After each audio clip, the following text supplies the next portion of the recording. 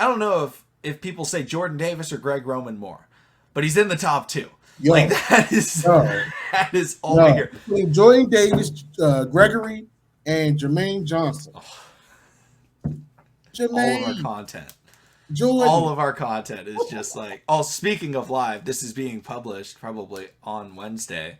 We're going live Wednesday night, as usual. So shout out to the live streams. We'll probably talk about Jordan Davis a little bit more. But Jordan Davis had a visit with the Baltimore Ravens, and we've talked about him a couple of times, but, let's get it in video form. Our thoughts, so people don't have to comb through every single live stream that we've ever done.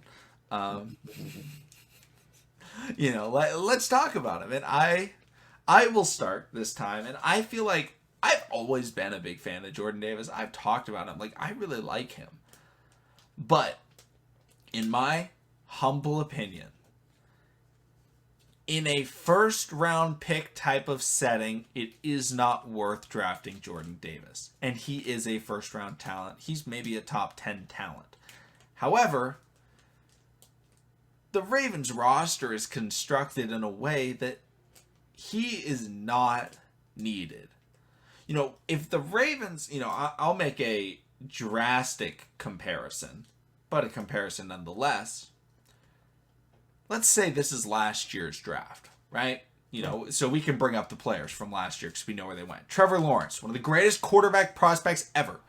Widely regarded as the third best quarterback prospect ever, behind Peyton Manning and Andrew Luck. Some argue John Elway in there as well. He's great. If he's available at 14, do the Ravens take him? No, they do not. Why? Because they have a guy there. And you may say, well, Trevor Lawrence's potential is the greatest quarterback of all time. He's unbelievable. His arm strength, it's so good. Like, his ceiling is higher than Lamar Jackson, which is probably true. I think Trevor Lawrence's ceiling is super high. Will he be better than Lamar Jackson? I don't think so. I think Lamar Jackson is just incredible. But the ceiling, right? It's so unbelievable. Jordan Davis, one of the best defensive linemen, defensive tackle, nose tackle prospects of the 21st century. Arguably the best nose tackle prospect of the 21st century.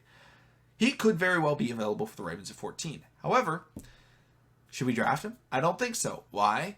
Because we have Madubuike, who's not a nose tackle. Madubuike is an interior, 3 tech. He can play even a little bit of 5 tech. He's not sitting there at 1. He's not lining up over the center because he's more of a pass rusher, right? So he's not going to replace Madubuike. Then you look at it as like, okay, who else on the interior is he going to replace? In passing situations, right, we have Madubuike, and then we have Calais Campbell.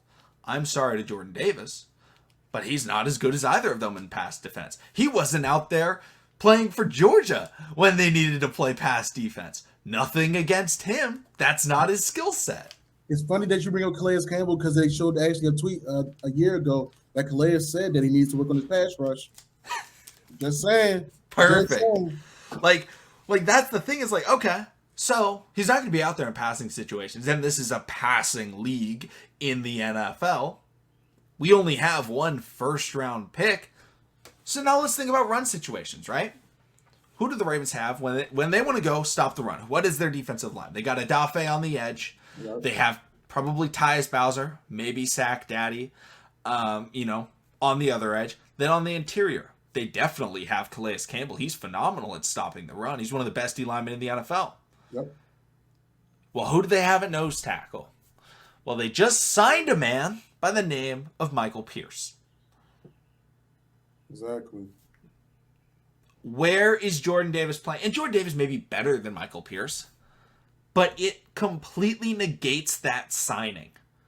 Like, it makes that signing worthless because neither of them, unless the Ravens are in, 4th and 1 against the Tennessee Titans, those guys aren't going to be out on the field together. And they're not out on, Michael Pierce isn't going to be out on the field very often anyway, unless they're playing a really heavy run team. So it's like, Jordan Davis would be out there maybe 20% of the snaps, maybe even less. There would be games where he's out there 10% of the time. When the Ravens play the Bills, they ran the ball once in the entire first half. Jordan Davis wouldn't have been on that field a single snap. because that's just not like the position right now. Like I'm fine with drafting D tackle in this draft, drafting a nose tackle, but as your first round pick, drafting a player that won't be out there most of the time. People complained about Brandon Williams because he was getting paid money and he wasn't able to be out there consistently. That would be Michael Pierce.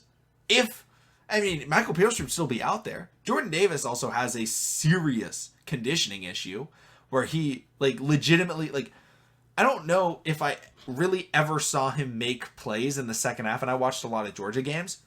He was dominant in the first half, and then it was just oh, where is he? And maybe teams were passing more, but it was just he, was a little bit gassed, and he can improve on that.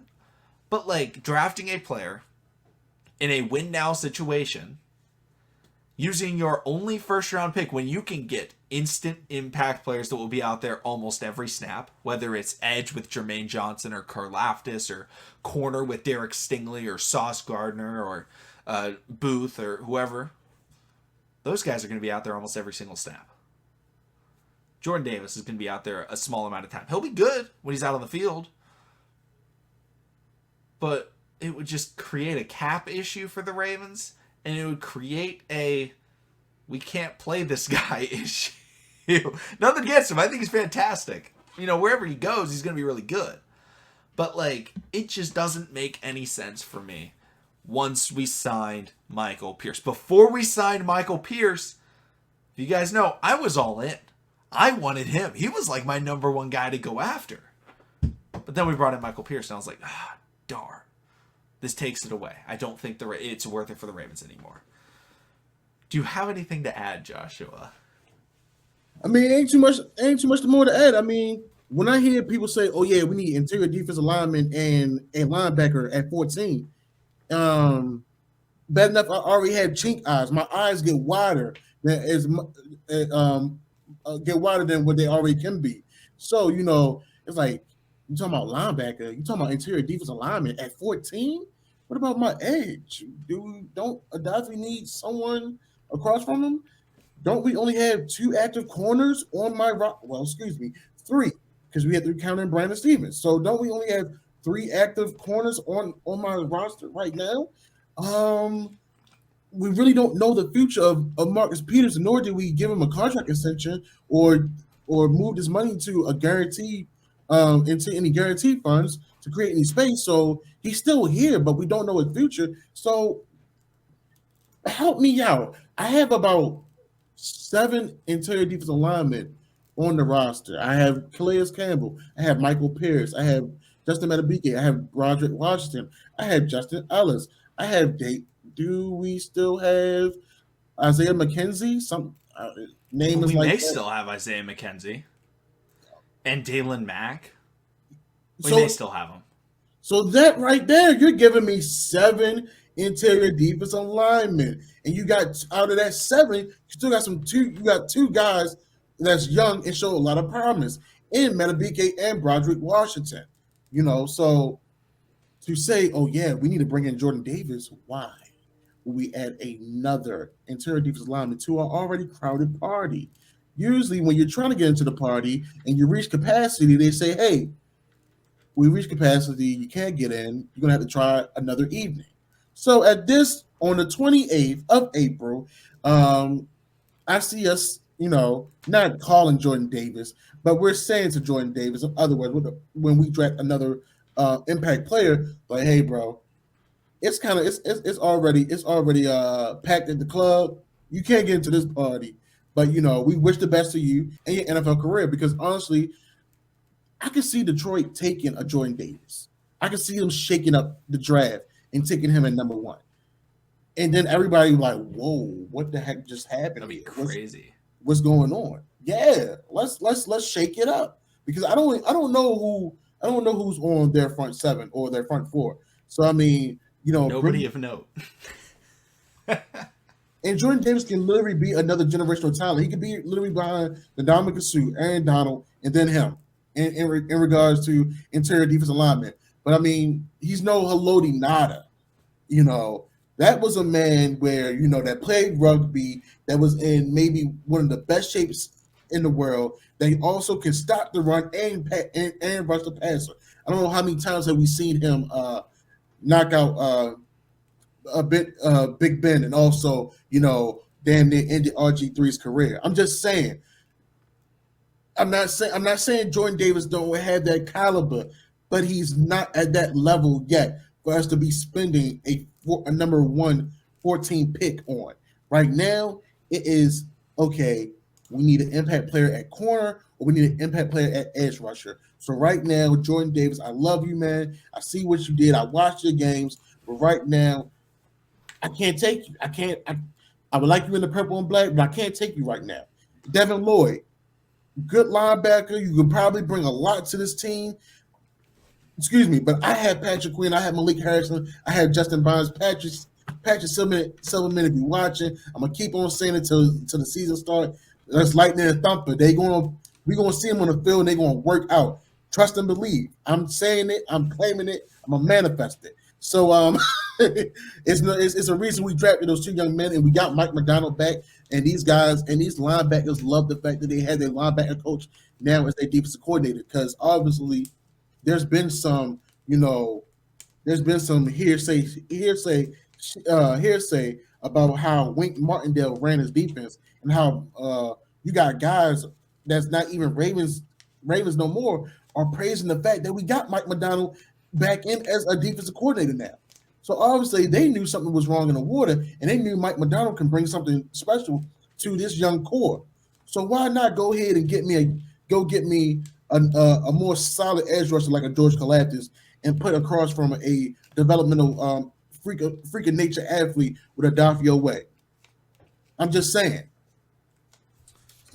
And I want to give one more comparison. The Golden State Warriors are one of the best teams in the NBA right now, right? Homegrown. They just had a fantastic couple of games against the Denver Nuggets. They're led by, some people would even argue, the greatest point guard of all time. I would disagree. I would say it's Magic Johnson. But whatever. He's up there. Right. In the 2020 NBA draft, the Golden State Warriors had the number 2 pick. Now, what they could do with that number 2 pick, there's a man by the name of LaMelo Ball available. Dude was a shooter, a scorer, a great prospect. However, the Warriors were sitting there and they're like, great player. But we have Steph. We have Clay. Mm-hmm. What do we need? We need a center. And they went with James Wiseman. Now, Wiseman, unfortunately, has had an injury issue. But honestly, I still think that was the right pick. I think he's played really well when he's been healthy. He's just really had struggled with a couple of injuries. So, obviously looking at LaMelo Ball's a great player. But he wouldn't have been able to become the player he did if he was in Golden State. Because he would have been sitting behind Steph, behind Clay. And it would have been very, very difficult for him to get going. When you have, players that you really believe in, and you have holes in other places, go fill those holes. Get yourself the center. Get yourself, no pun intended, the Ravens may also need a center. But, go get yourself a corner or an edge rusher or whatever it is if there's a significant need, and stuff like that. Jordan Davis, unfortunately, we've got our D-line set for the future, and it'll be very difficult for him to come in. Now, could he come in and make an impact? Yeah. It would just be a lot smaller than other players. But I think that's it on Jordan Davis. We'll most definitely be talking about him in the live stream. If you're watching on YouTube, probably live streaming. We will live stream on Wednesday night, so it comes out on Wednesday anyway. So we'll be talking about that tonight. Come through. But